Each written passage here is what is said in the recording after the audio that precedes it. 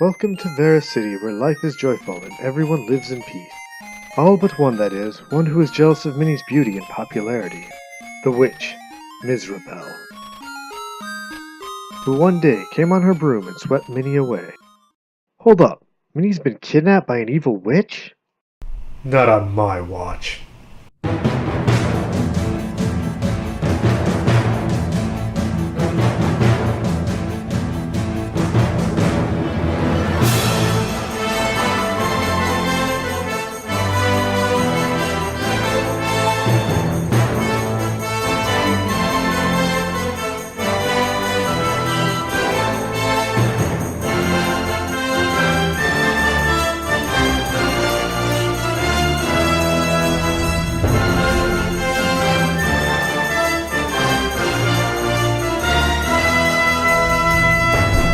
So tonight we lay an end to the season of the witch.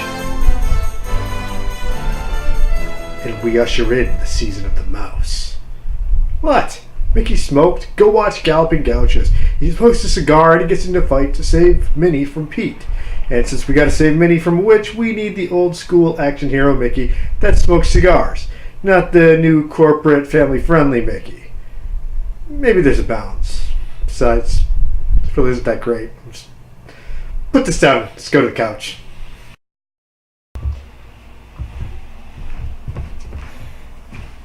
Hey, look. It's Halloween. We're going into a castle to take on a witch. Might as well dress the part. But before we do this, there's something I need to address. The plot of this game. I mean, this witch Mezrabel, right? She kidnaps Minnie because she perceives Minnie to be more beautiful and popular than she is. But does she not realize that beauty comes in both inner and outer forms? Okay, granted, Minnie's like the quintessential Disney girl, right? So she's gonna have both of those covered. And Mizrabel's this old witch who's, way past her prime physically, but all she has to do is be a decent person and she can easily match Minnie's outer beauty, right? I mean, the best she could do is, not kidnap the person she thinks is prettier than her. I mean, that's the complete opposite of what she should be doing if she wants to be popular and be regarded as a beautiful person. So she's just setting herself up for failure here.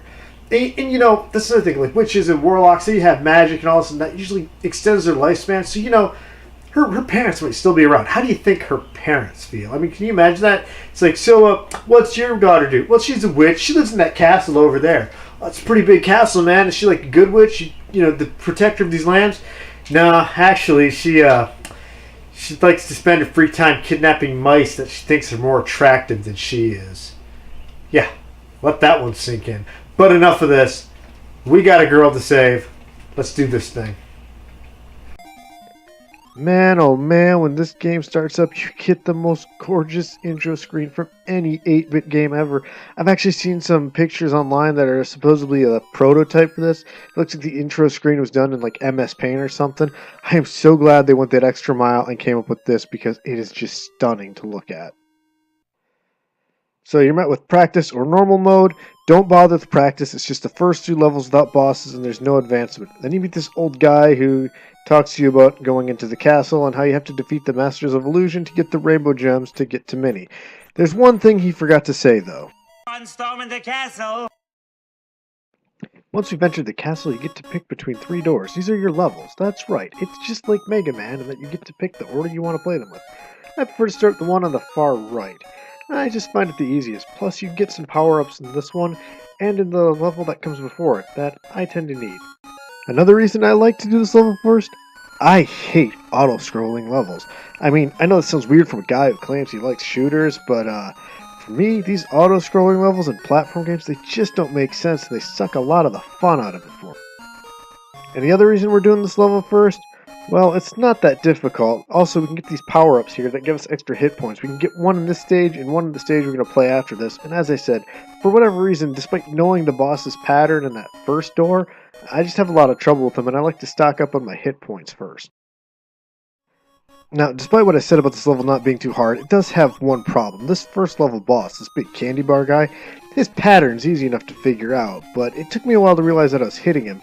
It seems like there's nothing really indicating that you're actually hitting this guy. You gotta jump up and throw these blocks into his eyes, but there's only like the tiniest little hint that you're hitting him. It took me forever to realize that I was in fact hitting him. So I wasn't sure where to do this the first time I got here, and I got my butt handed to me.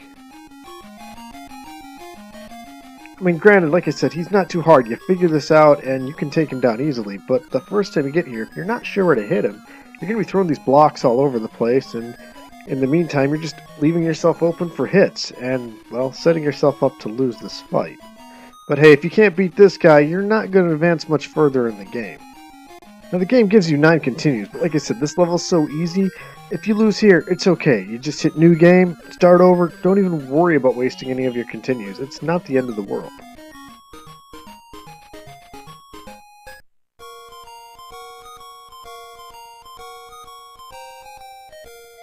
Wait, you must be brave and smart to save Minnie. Try again? Forget Friday the 13th on the NES, right? Okay, Castle of Illusion on the Master System has the most cruel game over screen ever. I mean, look at this. It's like, you must be brave and smart to save Minnie. I mean, it just flat out insults your intelligence. Like, 35-year-old me is like, dude, that's kind of harsh. Like, 5-year-old me would have been devastated. It's like, hey, yeah, kid, I'll give you credit. You entered the castle. You're clearly brave, but you lost, which means you're stupid. And because you're stupid, well, Minnie's going to spend the rest of her days locked up in this witch's tower rotting. Name another kid's game that would do that. I mean, it's just mean-spirited. Fortunately, this is the only time we're going to see it, because we're going to take our time, and tonight, we're finally going to beat this thing. So we've re-entered the castle, fought our way through that delicious, sugary land of goodness, made it to the boss again, and now we're ready to take him down because we know his pattern. We got it down. And now it is time to end this guy. You know, he kind of reminds me of those Caramello bars. Tell me, Mr. Candy Bar, do you bleed? Caramel? Because if you do, I am so dunking my cookies in your blood. That is going to be some sweet, sweet snacking. You take him down and you get your first rainbow gem. And then it's time to move on to the next stage. And I'm just going to go ahead and say it. Of the initial 3 starting levels, this is my favorite. I love the toy room stage. It's great. I mean, the enemies make sense with like toy trains and airplanes and cars and these little monkeys and these chess pieces. There's so many areas to explore. There's a lot of puzzle solving going on here. And that song. This is probably one of my favorite parts of the game. I cannot stress how much I love the music in this level. There have been times I've put this game in, played this level, and then turned it off because I had something else to go do. But I had to play this level and hear this song before I went to do whatever it was. This is the song that plays in my head some days when I'm at work and I'm just kind of walking around doing stuff and, you know, walking from one end of the building to the other, and this plays in my head. This is also the level that introduces us to, you know, being able to bounce off our enemies. And you're going to have to get this down. I mean, this spot's tricky because you have to go jump off screen and it doesn't always work out for you. But later on in the game, and I mean later on, as in the final of the game, you're going to have to do this in order to advance in a rather annoying stage, but we're getting ahead of ourselves. For now, let's just concentrate on the task at hand. So the boss here is a sort of Jack-in-the-Box character. He's not too difficult. I mean, if you've gotten all the power-ups so far like we have, you're going to be able to outlast him on hits alone, but he's easy enough even without that. It's nothing to worry about. So we take him down, we get our next rainbow gem, and we get ready to advance on to that first stage that we come to, the one we've been dreading. Actually, nothing against the stage. It's just, like I said, I seem to have trouble with the boss in this one for some reason. I'm sure for other people, he's probably the easiest boss around. But I do actually like the stage. Again, with the last one, it's got a great soundtrack to it, and it kind of reminds me of the Amazon stage from the DuckTales game. And what I mean by it's kind of like DuckTales is that there's a lot of hidden treasures here for you to find. I mean, there could be just as many in other levels, but I've played this stage more than any other, and this is where I know where most of them are. As I've mentioned before, I've got a bit of OCD, and because of that, I always try to play this game linearly, you know, starting from the level on the far left and going all the way to the right. It wasn't until later that I realized the game's not forcing me to do this, so, you know, I don't need to, and I could change things up a bit. All in all, though, I think this is a fantastic stage. It's got some great platforming. It's really where the game shows how great the controls and the graphics and the music really are. I mean, if you ever played this level first, I wouldn't blame you. It's really just describes the game so well, just sums it all up in this one level. And if you're at all familiar with the 16-bit version of the game, you'll notice that despite the fact that they're both forest levels, they don't look or play anything alike, and that's something that needs to be said about this game. It isn't just a port of the Genesis version, it's its own game. Yes, you go into the castle and it has the same stages, the forest, the toy room, the food stage, but, well, they're completely different, they play completely different, and that's something I love about it. I can talk about this game, and if I wanted to, I could talk about that game, and I wouldn't have the same things to say about either of them. And although it's been forever since I played the 16-bit version of the game, if I recall correctly, the boss at the end of the first stage wasn't this tree guy with this Tasmanian devil spin. I don't even remember what he was, because I spent all my time playing 8-bit games just because that's my preference, that's what I like. I like the way they look, I like the way they sound, I like the way they play. This is my thing, and you know, that's alright, but if you prefer the 16-bit version, I wouldn't blame you. Honestly, I'd say that if you want the quintessential Castle of Illusion experience, you're going to want to play both titles. But as you can see, I know this guy's pattern, and with all these power-ups, he's not too hard for me to take down and get my next gem.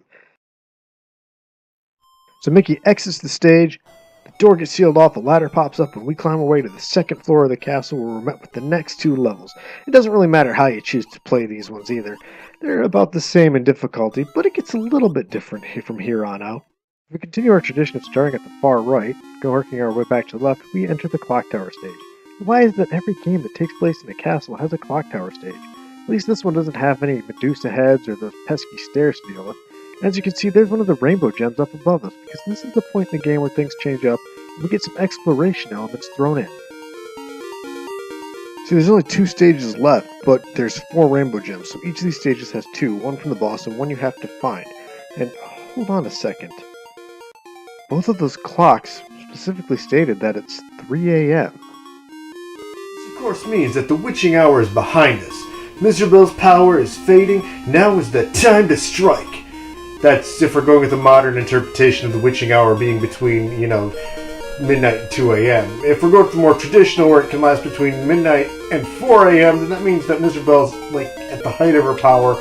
And to go on now, well, Mickey's a madman. But then again, I'm a grown man dressed as Mickey Mouse hanging out with a toy poodle playing this thing, so I suppose it doesn't matter. Either way, we're going to go forward and do this. Like I said, this is the point where the game introduces some exploration elements into it, but they're really not heavily used. In this stage, you really do have to go and find this purple gem, but it's not too difficult. It's only slightly out of your way to get up to the spot and get it. And in the next stage, well, they pretty much just throw the extra gem in front of your face. There's no way you can miss it. But either way, if you were to defeat the bosses and not get the 2 extra gems, you have to go back to the level and, well, get the gems. The stage also has a little bit more tricky platforming here with these jumps and these moving platforms. Anybody else getting flashbacks to Gutsman stage from Mega Man? Don't worry, they're not actually that hard. This is probably the worst of it. And I know I say this a lot, but oh man, the soundtrack in this level, it's up there with the toy stage, right? I mean, and it's more frantic, more urgent. It just gives a sense of, you're over halfway through the game now, buddy. It's getting real. The boss here is a giant grandfather clock. I the only find it's kind of weird. There's like a clock living inside of a clock. It doesn't matter. Just avoid being overwhelmed by his gears, and you'll be able to take him down with no problem and get your next gem. Next up is the study. At least that's what I think it is. It's got all these classroom things like pencils and rulers in the background, and these letter A's that when you jump on them turn into smaller letter A's, but they're not like a lowercase a, which would have made more sense. They're just tiny, big A's. I kind of hate these things. They've given me a bit of a complex. I can't have anything to do with the letter A anymore. I mean, seriously. I was bored the other day and I'm flipping through the TV and Sesame Street comes on and they tell me it's brought to me by the letter A. I freaked out and spent the next part of my night hiding under the table in the fetal position. All jokes aside, there's not too much memorable in this level, but I do love this part where you go inside the coffee cup. And that's why I think it's more of an office than a classroom. I mean, who drinks coffee in the classroom? I suppose the teacher would. So it could go either way, but we're going with its, Miserabel study, which makes a bit more sense for it being in a castle. The soundtrack here doesn't stand out like it does in some of the other levels of the game, but it gets the job done. It's got a little bit more puzzle solving going on here too. But like I said, the hidden gem in this level, it's not exactly hidden. You find it along your basic path. I suppose you could miss it if you just walked away, but I don't think you're going to do that. This portion with the keyboard's pretty cool, and I like how it, actually goes up and down the piano scale as you walk across it. But aside from these few little things, there's not a whole lot going on in the stage. But that's alright, it's not bad. Not bad at all. Our Master of Illusion here is a giant dictionary. And, well, this is the part where Mickey becomes the greatest warrior who's ever lived, because now he literally fights everything. Forget all your Chuck Norris memes, that guy's got nothing on Mickey. Now, this guy's pattern isn't difficult to figure out, but if you don't quite get your jumps right, you're going to take a beating. This is another one of those where you've got to jump off of one enemy to hit the other enemy. Like I said at the beginning of the video, you need to master this. Now that we've got all 7 gems, we get to go on to the next part of the castle, but not before being treated to the best music the game has to offer.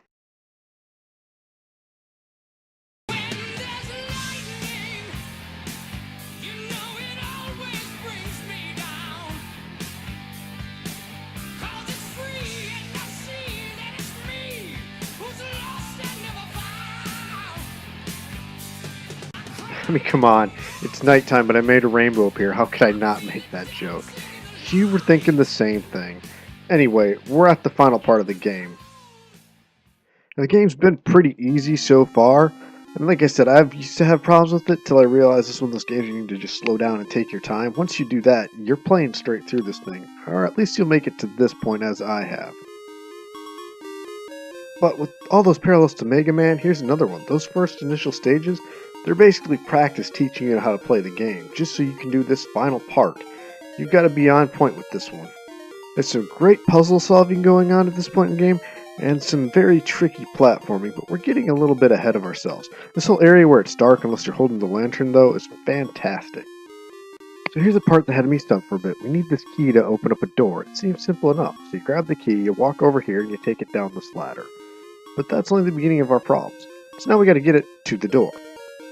Getting to the door isn't by any means very difficult. So you get to the door, you go up the ladder, and you're going back around. You fight your way through this little hallway, and then something else is about to happen. You make it back to this area, you see that everything's respawned that was below you, and here's another door. So you have to use that same key to open up this door. The issue is, how do we get to it now? I mean, getting down there is not too difficult. You just gotta bust through these breakable blocks, go down there and grab the key, but getting back up there is going to prove a bit more difficult than we thought. I mean, there's no way to really get across here because everything respawns. So the second you walk off screen, all these blocks you broke, they're going to come back.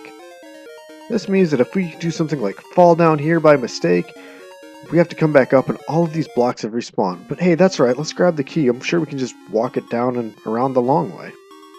Just be sure you don't do something stupid like drop the key, because once it goes off screen, it's gone and now it's respawned back at where it began. So now I've gone back around and I'm trying to figure out how I can get the key up to this other area. Well, this is a dumb idea. I should have broke these blocks first, I guess. So now I've come back around another time, fought our way through all the bosses that respawned, came down this way, we'll destroy these blocks, we'll go grab the key, and run it back over here. Seems simple enough, right? Except that I forgot that the blocks, once they go off screen, completely respawn. Well, crap. So now I'm going to attempt to carry the key across this whole chasm and get it up and over the ladder and back where I need to be. I'll save you the long version. I keep trying this and I can't do it. Plus you can't carry the key up a ladder. So I'm trying this once again, and it occurs to me that this would be great if I could just jump up here, but I feel like it's just too high of a jump to make. I mean, I can do it once I'm on top of the key, but with the key I think it's too far to go. Once again, I just can't come over here and throw the key over or carry it because these blocks are going to respawn. This would be a lot easier if I could just jump up to this one point, but I'm certain that it can't be done. I think it's just too small of an area, and with the key it's going to bump into the ceiling and I won't be able to make it.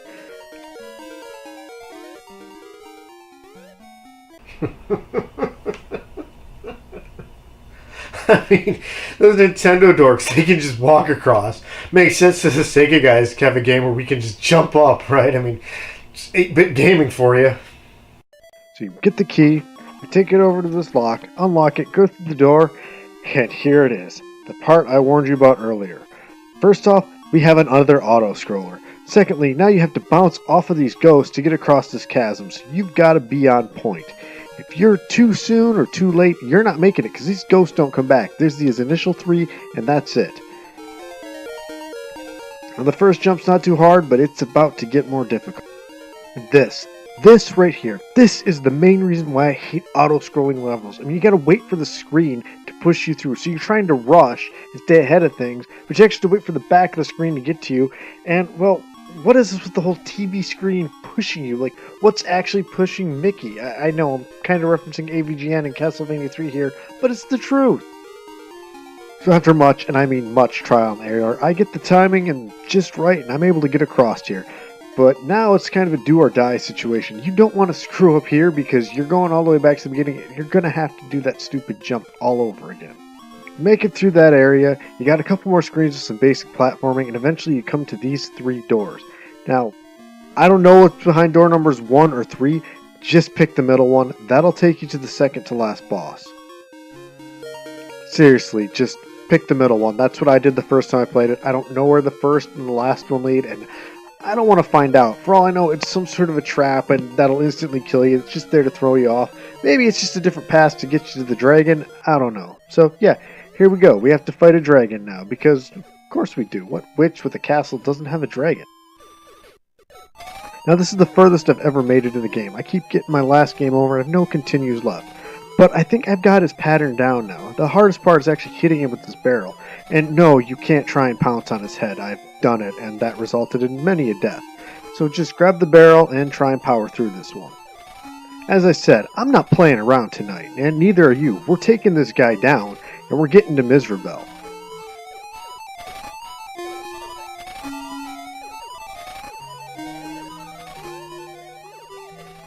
And there he goes. We finally did it. Oh man, this is exciting. I won't even lie. This is so exciting for me. I've got to use the bathroom. Like, I got to pee from the excitement. But we're going to go check out what the witch looks like first, just so we know what we're up against. And who knows, maybe we'll actually take her down in the first try, but probably not. Though I got to be careful because the pause button on the Master System is actually on the console and not the controller. And, well, you can have this issue because it's right next to the reset button, and I've come this far, I really don't want to hit the reset button by mistake.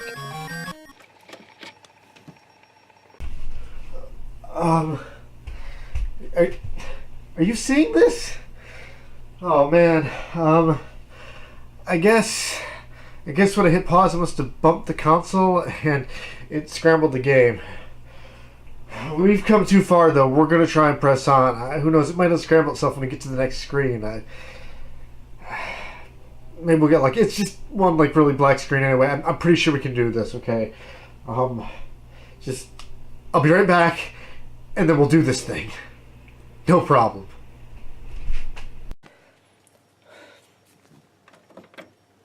Well, moment of truth. Let's see if this worked. Okay, the screen seems to be going fine. And it looks like it's going to clear itself up when we get in here. Whew, that is a big sigh of relief right there. I really thought I was going to start over completely. Well, we've got Mizrabel's pattern down, so let's take her down a notch. Well, I'm not really feeling using this this whole lantern method. I think we just jump up there and hit her. It shouldn't be an issue. Oh, this is way easier than trying to throw the lantern at her. And apparently I can get stuck up on the corner of the screen. I suppose I could just stay up there and try and drop down on top of her, but I don't know if her projectiles will hit me from there, and I don't want to risk it. I mean, I'm kind of leaving myself open if I do that. Now, might as well mention the soundtrack while we're here fighting her, right? I do not like this music in the final stage of the game. The rest of the game, it's fantastic, but here it just kind of hurts my ears. It's so high-pitched and whiny. I get what they were going for, but it just doesn't really work for me. But hey, it's 1 out of 6 levels, so, you know, it's all good. Come on, you miserable Mizrabel. Get over here. This is almost over. I just know it. Ha! Who's brave and smart now, game?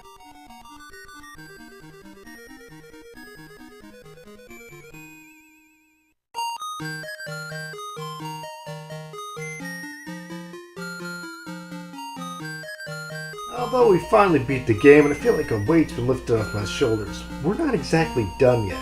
Sure, the witch has been defeated, the Masters of Illusion are gone, Minnie's safe, but Minnie's just one person, and there's an entire land out there in need of a hero, and they're about to get one in the form of a mouse.